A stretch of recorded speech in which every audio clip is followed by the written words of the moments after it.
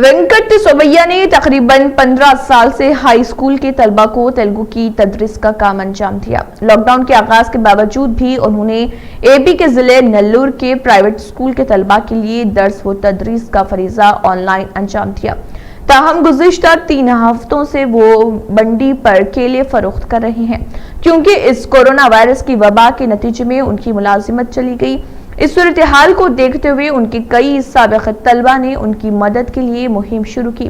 तकरीबन 150 तलबा जिनको वेंकट सोमैया ने 6-7 साल पहले तालीम दी, उन्होंने अपने उस्ताद के लिए 86,300 रुपए की रकम जमा की।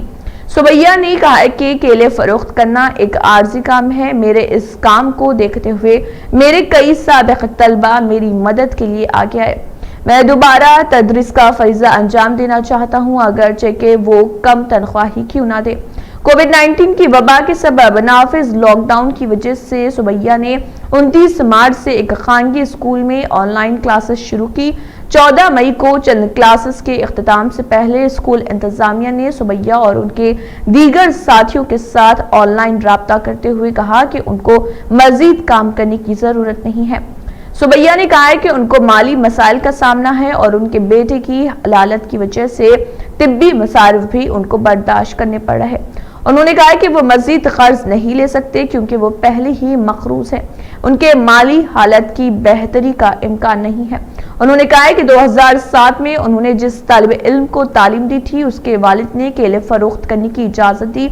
सोमैया तेलुगु और नज़्म नस्ख आमा में मास्टर्स की डिग्री रखते हैं, साथ ही वो बीएड की डिग्री भी रखते हैं। वेंकट सोमैया जैसे कई असातिज़ा आमदनी के मुतबादिल वसाइल जैसे यौमिया मजदूरी या घरेलू अशिया, अचार वगैरह फरोख्त करने पर मजबूर हो गए हैं।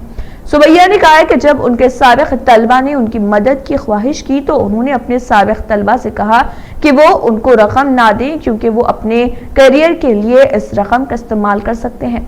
ताहम साबिक़ तलबा उनकी मदद के लिए इसरार कर रहे हैं। उन्होंने इस सिलसिले में हुकूमत से मदद की ख्वाहिश की।